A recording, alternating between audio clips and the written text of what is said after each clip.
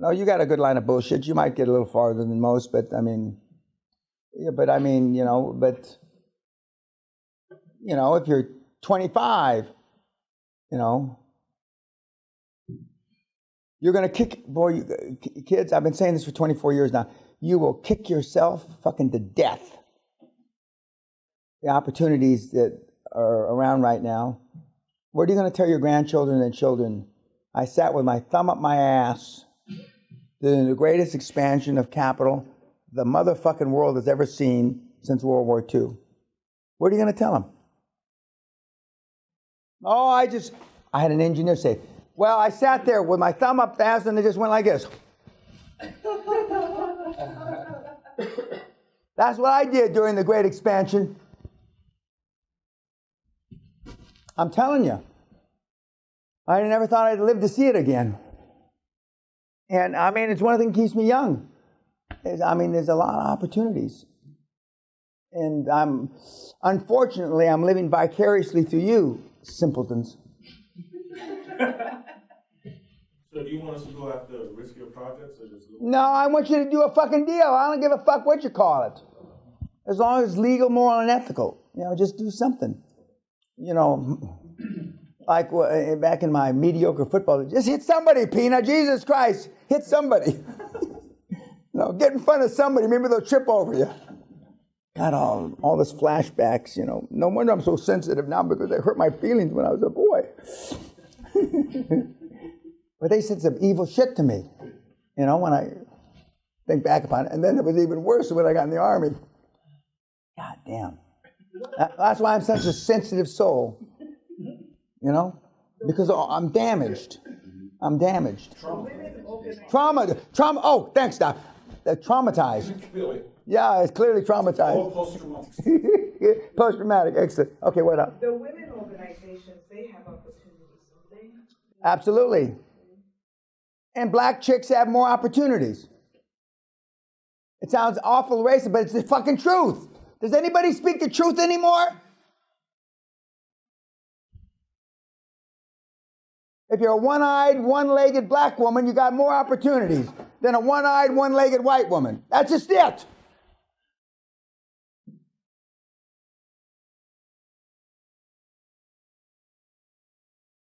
And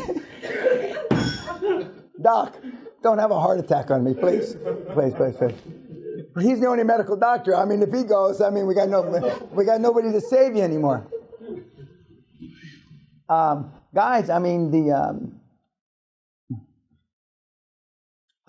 world has opened up. The world can be your oyster. There's so much opportunity now. And and I told the kids this when I taught university the one year in '94 and '95. I told the kids the exact same thing, and they all looked at me like I was brain dead. The kids. And God only knows what they'd look at me now when I was saying that. But I've been beating my chest about this for a long, long, long time. And somebody was saying it's the same old tune Dan's got, but there are more opportunities now than 5 years ago, than 10 years ago, than 20 years ago. There just are. And it kills me that that more kids don't take advantage of it. It absolutely kills me.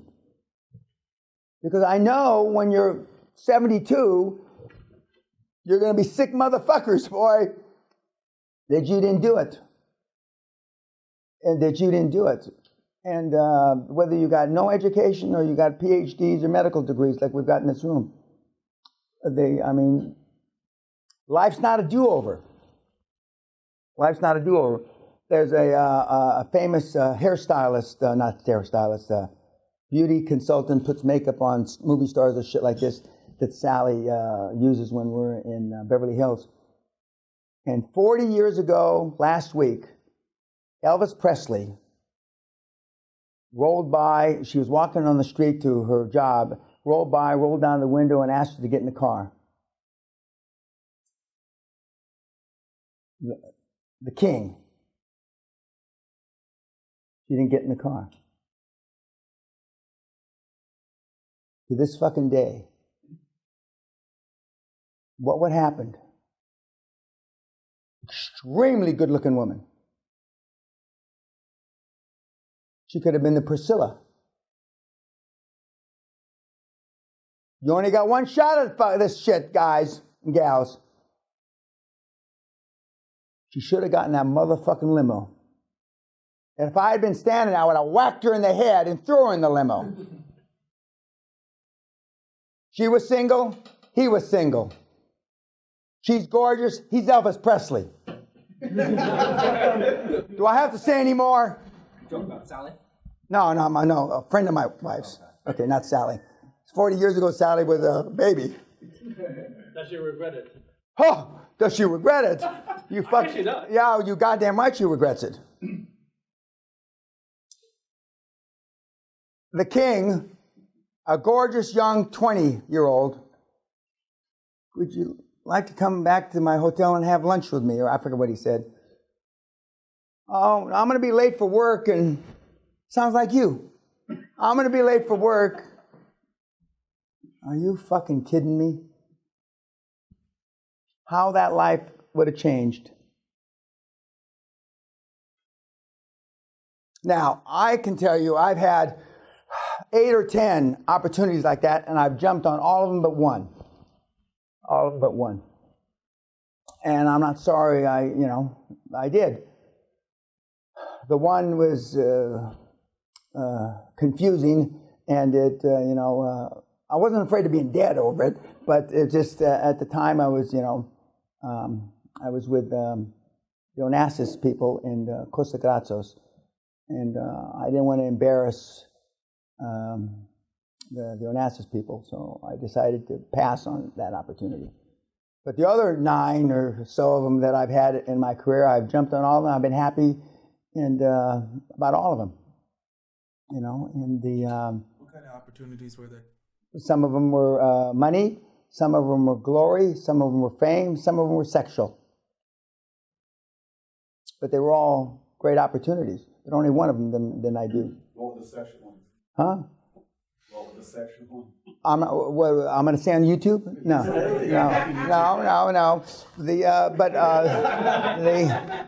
And some of them were spiritual. When I was with the Vatican, some were spiritual. The head of the Vatican Bank was, and the cardinal that was the head of the Vatican Bank, a Cardinal Manchinko or something. The controller of the Vatican Bank was going to testify in House of Commons about something, and that night they found him, or that next morning they found him hanging from London Bridge with his hands and his feet taped behind him. And one of the great feats of athleticism of all time, he was able to leap with his hands and feet tied behind him over the 17-foot barbed wire fence on London Bridge and hang himself. One of the great feats of athleticism. Somebody killed him. And he was going to testify against the Vatican Bank. He was going to testify. And he's the guy that I was dealing with when I was in a joint venture with the Vatican Bank. All those stories about the Vatican are true. In fact, they're worse. In God's name, what other religion can last 2,000 years, Mr. Peña? We must be doing something right. So they tell me. Either that or they're just fucking ruthless. Did they cut a deal with Hitler? Did the Pope? Maybe. For you conspiracy people. So the Vatican knows how to play hardball. That's why I feel for the current Pope. I hope that he lasts. He's good for the Catholic Church. I'm a Catholic, but he's good for the Church. We need some change. We need to change about 1,500 years ago, but I mean, we need some change. And but just think of that. Elvis Presley, your mother, let's give you the benefit of the doubt. Your mother was good looking 40 years ago. Most of it is not true, but let's just give you the benefit of the doubt. And Elvis Presley's driving by Rodeo Drive and says, "Hey, would you like to go have lunch?" and you poke your head in, and it is Elvis. Now, what would you want your mother have done? No fucking. Jump in a motherfucking car. Do it for the family. He said, do it for the family. Okay. Now, most of your mothers aren't that good looking, so you don't have to worry about it. But this particular lady in Beverly Hills, still good looking woman, still good looking. And she's 61 or 62 now. But I mean, that's right now you've got opportunities like that. I'm not telling you to go sleep with Elvis's whatever, but what I am saying that there are opportunities, life-changing opportunities out there in the financial world that you will kick yourself about. And any questions? Yeah. I wanted to talk about the eulogies. Okay. Go ahead. So when I was thinking about it, I've known for a long time the net worth I want to have. By the way, just for YouTube, I asked him, I know I haven't asked you yet to say your eulogy, okay? I haven't forgotten that, but go ahead. So I knew the net Your obituary, not your eulogy. Your obituary, okay, go ahead. I knew the net worth, and I was trying to think, what kind of company do I want to make? And I kind of came to the conclusion that I didn't really mind. And I know that when you built Great Western, you knew everything about it. The lobby, the receptionist, the lot. Is it a problem? Receptionist, 2. Is it a problem to just focus on net worth? No. But the more finite your dream, the more finite your goal, the easier it is to make it come to fruition. I saw not this castle, a castle like it. Actually, I saw the one like in Disneyland. You know, looks like the castle in the Fantasyland. That's what I saw. And I saw a nanny and a governess teaching my kids. I saw 2 tennis courts. Okay. Now we've torn one tennis court down. We used to have 1 tennis court. I saw a moat. Okay. We don't have a moat, but if you look at the bridge coming back, kind of half-ass moat. Okay.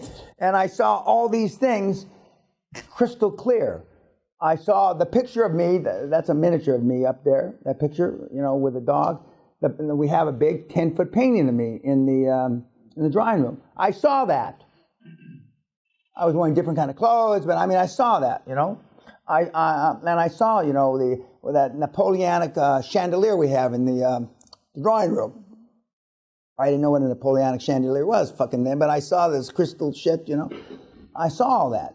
And I saw the game room, which you haven't seen yet, and you have. The snooker room, the game room upstairs. I didn't know it was going to be in the tower, and then when it happened, I mean, fuck, it was like deja vu. I mean, those affirmations and goals work. They absolutely do work.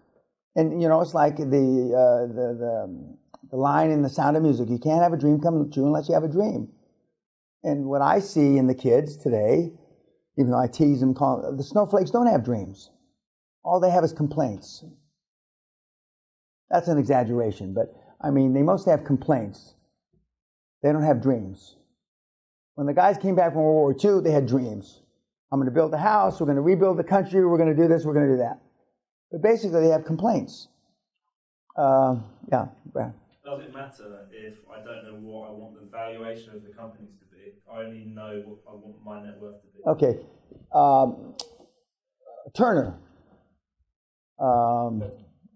from CNN, Ted, his goal was he wanted to be the biggest player in media.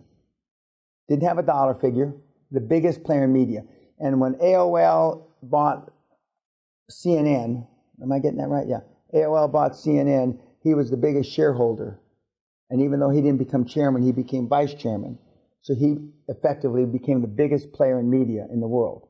That was his goal. And when we talk about goals, it's goals you cannot accomplish in your lifetime. Cannot. But we're not there yet, but cannot. He became that. And Turner, Jobs, Gates, myself, Trump, who's the Oracle guy? Ellison, all slept in their office the first 10 years. They slept in their office. They never went home. And Ted Turner, they had a special a couple years ago on his 75th birthday on CNN. What a surprise. That he said that, you can accomplish so much more in a 24-hour day. Duh. Yeah, of course. But now, I mean, the kids don't want to do that. There are kids that do it. I'm not taking away. There's always some kids, snowflakes, whatever, every generation that will put in the time and the effort and the sacrifice. But for the most part, the generation is very entitled.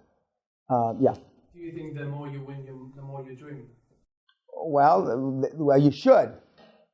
I'm still dreaming. I'm still dreaming. I want to dream till they put dirt on me. And that's one of the things that keeps me, I believe, vibrant and relatively young, is because I keep on thinking about the opportunities. The showbiz thing, even though it's been a pain in the ass to me, has kept me thinking in more social media, more this, more that, even though I had discounted it. And for that, again, I thank Brian Rose for opening my eyes to what social media can really accomplish. I discounted it. I thought, what the fuck's, and now I realize. Yeah, Daniel. When you do visualize your business, are you thinking like you're shaking the guy's hand, you have the check? Everything. There's a picture outside my office, and I think it's on Extreme too. The first 10 million pound check I took out of the city. And I'm wearing a bowler, and I got a smile about this wide. Okay? And it was the first, and I saw myself doing that. I didn't know it was going to be 10 million pounds, ripping out of the bowels of the city. The city is the financial district of London. But I saw myself doing that. So when it actually happened, it was, again, déjà vu, But I saw it back in 81 when I failed. So it was until 84 that I was successful. Okay, thanks, YouTube.